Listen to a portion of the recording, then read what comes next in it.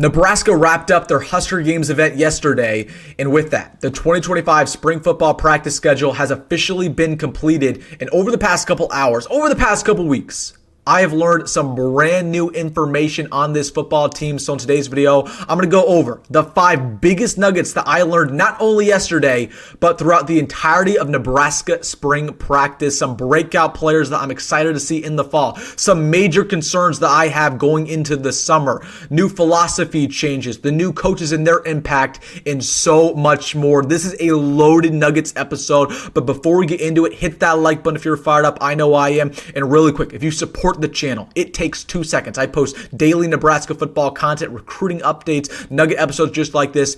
Please hit that subscribe button for more content. Once again, hit that subscribe button. Thank you so much. But without further ado, let's get into it. Putting a bow on Nebraska football spring practice 2025. The Huskers wrapped things up with the Husker Games event yesterday. I was in attendance, and we'll talk about that, how that went for the Huskers as the video progresses. But I want to get things started with my biggest takeaway, not only from yesterday, but from the entirety of Nebraska spring practice over the past 4 weeks.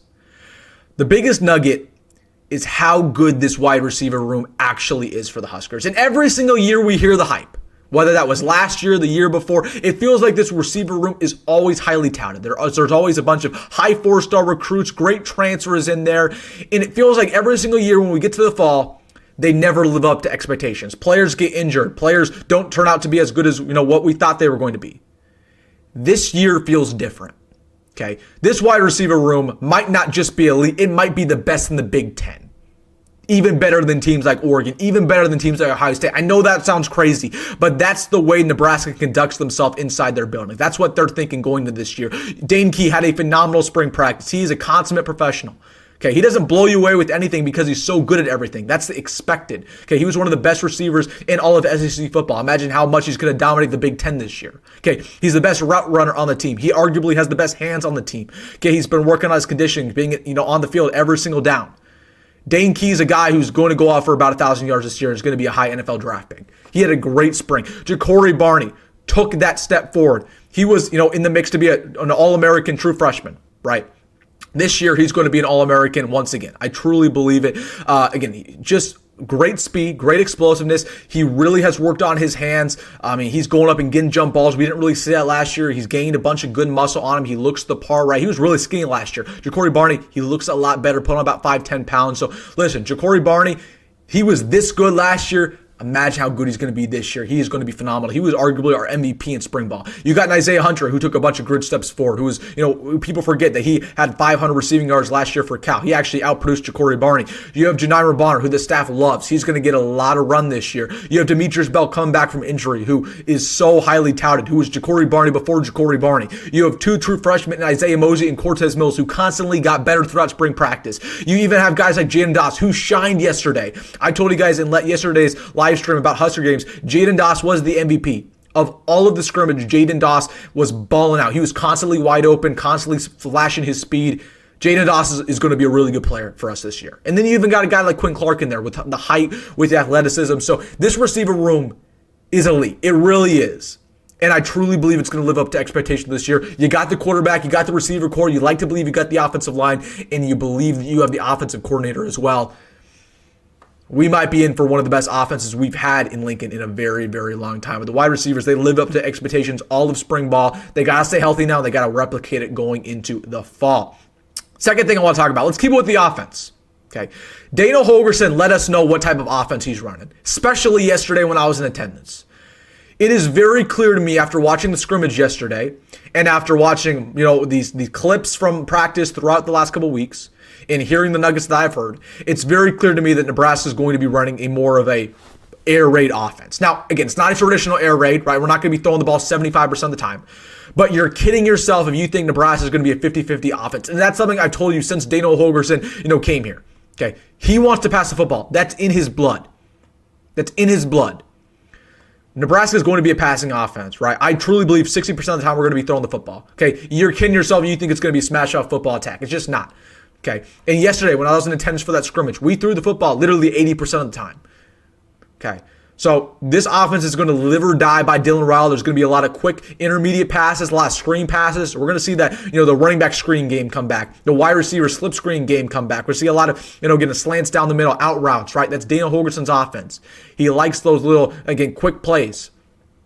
Okay, so again, gone are the days of us just run the football down people's throat. That's what we did in the first 2 years in the Matt Rhule era. I just don't think we're going to see that all this year. And there's a reason why Nebraska hasn't been too aggressive in the running back market. That's the reason why they're not freaking out about this running back room, is because they're not planning on utilizing the running backs as much as they have in the past.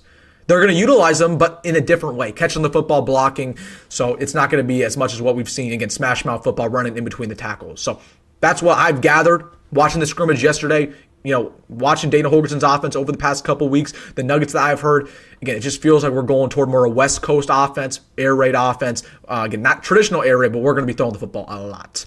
Third thing that I learned yesterday, not only in the scrimmage, but just something that I've been hearing nuggets about, I feel a lot worse about this quarterback depth. That is one thing that I wasn't expecting to be concerned about.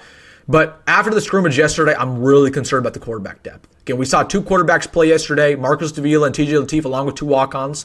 And again, Marcus Davila, somebody who I've been hyping up since he transferred in from Purdue. You love his arm talent. He just looks the part, right? Kind of looks like Dylan.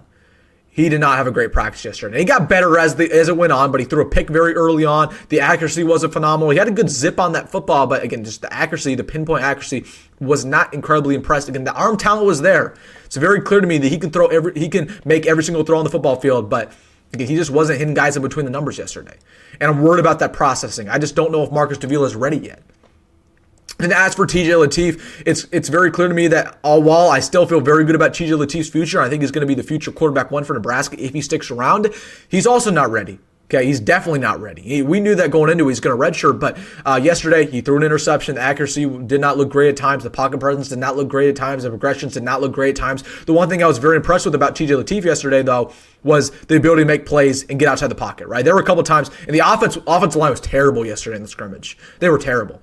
There were times where, again, guys like Ashton Murphy, Mason Goldman, even David Hofkin, where they'd get in the backfield in a split second, and TJ Lateef would make a miss, he'd get outside the pocket, and he'd run for 5-10 yards. He's the only quarterback in the roster who can do that consistently. So I was not impressed with TJ Lateef too much. Again, I'm not trying to be harsh on him because the expectation is not for him to play this year, but I still feel good about his future, but obviously he's not ready to go. And then as for Jalen Gramstad, he did not play yesterday, but he did compete in the accuracy challenge, and he was arguably the worst quarterback in the accuracy challenge. Out of Marcus Davila, TJ Lateef, and Jalen Gramstad was the worst of the three. And that's supposedly our quarterback too. And I told you guys this entire time, I don't know why the coaching staff likes Jalen Gramstad so much. I don't get it. Because he's an NAI quarterback. Like, he's a good leader, he's a good coach, but is he a good quarterback in the Big Ten level? I just don't think so. I don't think he has the arm talent. And we saw that yesterday. So I said all that to say this. I am worried about this quarterback depth even more now. Now, we're not going to take a transfer, obviously. And I feel like Marcus Davila is still going to, develop, so I'm not really worried about it. But I'm just hoping even more now that Dylan Rhule stays healthy all 12 games, so we don't even have to worry about it. So we will see. Fourth thing that we've learned, not only yesterday, but throughout all of spring practice, man, this coaching staff's elite. And the coaching staff from last year compared to now, it's night and day. Okay, we replaced Marcus Satterfield with Dana Holgerson. We replaced Garrett McGuire, our wide receivers coach, with Da'Keil Shorts. We replaced Evan Cooper, who was doing nefarious things behind the scenes in the Nebraska facilities. I don't know how that boy got another job, but we won't talk about it. We replaced him with Addison Williams. We replaced Terrence Nine, who's a great coach, but we replaced him with Terry Brown, who was the Chiefs defensive line coach. We just made improvements all around. And we replaced Ed Foley with Mike Eckler. This entire staff is so much better than what it was last year, and we've seen that throughout all of spring practice. The DB room has been upgraded. The DBs were phenomenal yesterday in practice. Okay, guys like Kamir Prescott really balled out. Braylon Prue, Caleb Benning, those guys really were great. The special teams has a brand new intensity. The defensive line is going to be better than a lot of people expect. The wide receivers, we already talked about, is probably the best positional group on the team. So listen, man. This coaching staff is really, really good, and that's going to show up on game days because we're going to be even more prepared. The development's going to be even better. I'm really, really fired up. Matt Rhule made some good moves. He really, really did. He made this coaching staff a lot better than what it was a couple months ago. Last thing, the big nugget, the expectations are through the roof. Okay, and don't take it from me. Take it from Matt Rhule. Take it from the coaches. Take it from the players. The expectation inside the building is the college football playoffs. That's what they're talking about. Don't take it from me. That's not what I think. I like to be a little bit more realistic. I'm thinking maybe 8-9 wins. But the expectation inside that building is for them to make the college football playoff. It's for them to compete for a national championship.